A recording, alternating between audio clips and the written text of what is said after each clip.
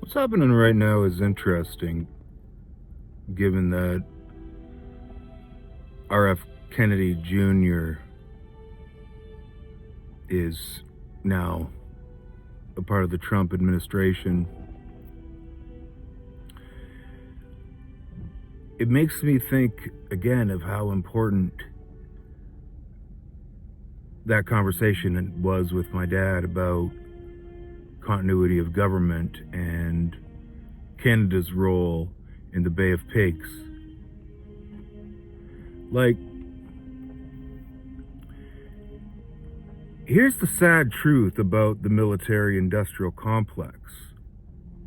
And the Canadian brass are negligent for not seeing this at the time.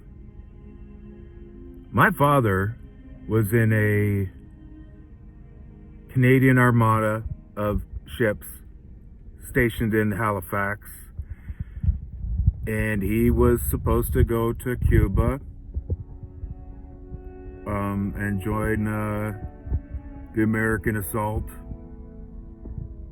at the Bay of Pigs, and it was called off at the last minute by JFK, and that's a very good reason for the military-industrial complex to have had him killed. It's also very interesting that Trump has released the JFK files. There seems to be a kind of divine synchronicity there, at least I'd like to think. But the bottom line is this.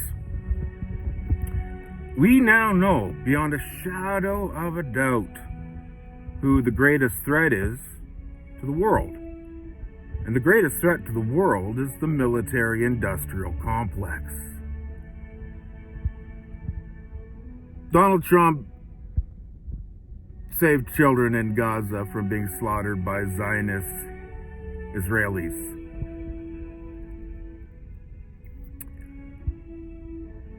There's a famous letter by Albert Pike, 33-degree Mason, to Giuseppe or something like that. But in that, it outlines all three world wars. Apparently, it was in the British Museum until 1975. And then after that, they'd never heard of it. But I'm sure there's people out there that are still old enough to remember reading it there. And what they would have read was a very detailed description of what happened in World War I and World War II, and how World War III would be brought about by the creation of Israel. You know where else it says that in the Bible? It's like in Revelations, the creation of the state of Israel. Israel was bought by the Zionist Rothschild family after at the end of World War I, the Balfour Document.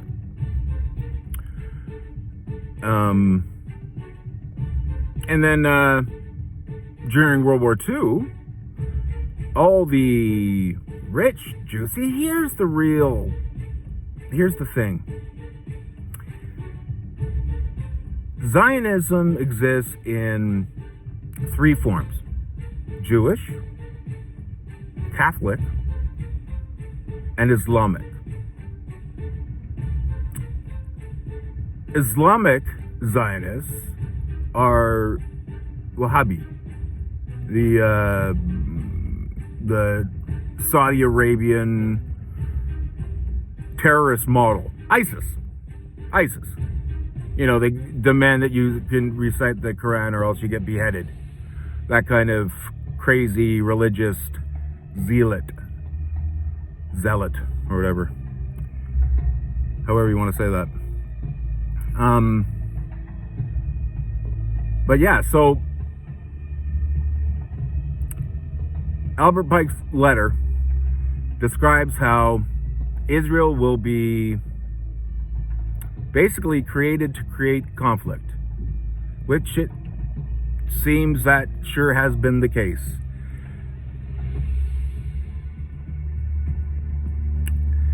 We need to have a grown-up conversation about what's actually happening in the world and why. Another key point to all of this is that the CIA are the greatest provider of disinformation of anyone. In fact, it's right in their MO. The CIA will know its disinformation campaign is complete when everything every American believes is false. Like COVID came from a bat in an open market. Or JFK was killed with a magic bullet. To be honest, the magic bullet one, it always I had to tip my hat that you were able to sell that. But it just goes to show that repetition works. So when you dismiss someone as a conspiracy theorist, well, nothing else needs to be said.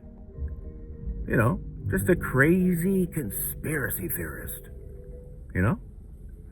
But it turns out now that most of those conspiracies were absolutely conspiracy facts. Like the fact that JFK was not killed with a magical bullet. He was killed by most likely a French assassin because they wanted them to look white. They wanted to look like a regular Texan, right? So a French assassin was kind of booked through the Montreal mob to the New Orleans mob. And New Orleans, if you want more information on that, I'd suggest you go to darkjournalist.com because that guy's all over the JFK file. And other stuff as well. He's great. But yeah. We need to have a grown-up conversation about what is real and what is not. And America and the military-industrial complex, just like the Roman Church, have zero moral authority to tell us what to do or how to do it. They're evil. One of the greatest tricks the devil ever pulled off was convincing everyone he didn't exist. Another truth bomb from Hollywood, right? Like Keanu Reeves and Al Pacino. What was that movie? The Apprentice, maybe? I don't know. Anyway, he's the devil. And, yeah, the devil does exist. It's the swamp. And the swamp has infected Canada for a long time. And affected our foreign policy, our domestic policy, neo-American fascism is what we have in Canada now. I'm old enough to remember when Canada was actually a socialist country. And there was socialist jobs, like the job I had at Pinery Park in maintenance, which is now outsourced. See, this is the thing. Everything's just outsourced now. Again, this is a neo-fascist model. Privatization. Our healthcare sucks. And I could go into detail on that because I have experienced the whole deny, defend, and depose thing. And actually, it's the depose part that's the real killer. Because the insurance companies and the pharmaceutical companies write our laws. That's why we can't sue vaccines. Now, if vaccines are so safe and effective, then why aren't you allowed to sue if something goes wrong? Because another unfortunate truth is a lot has gone wrong. Fauci saying he was the science may be the most blasphemous speech since Judas betrayed Jesus. Anyway, that's one to think on, kids.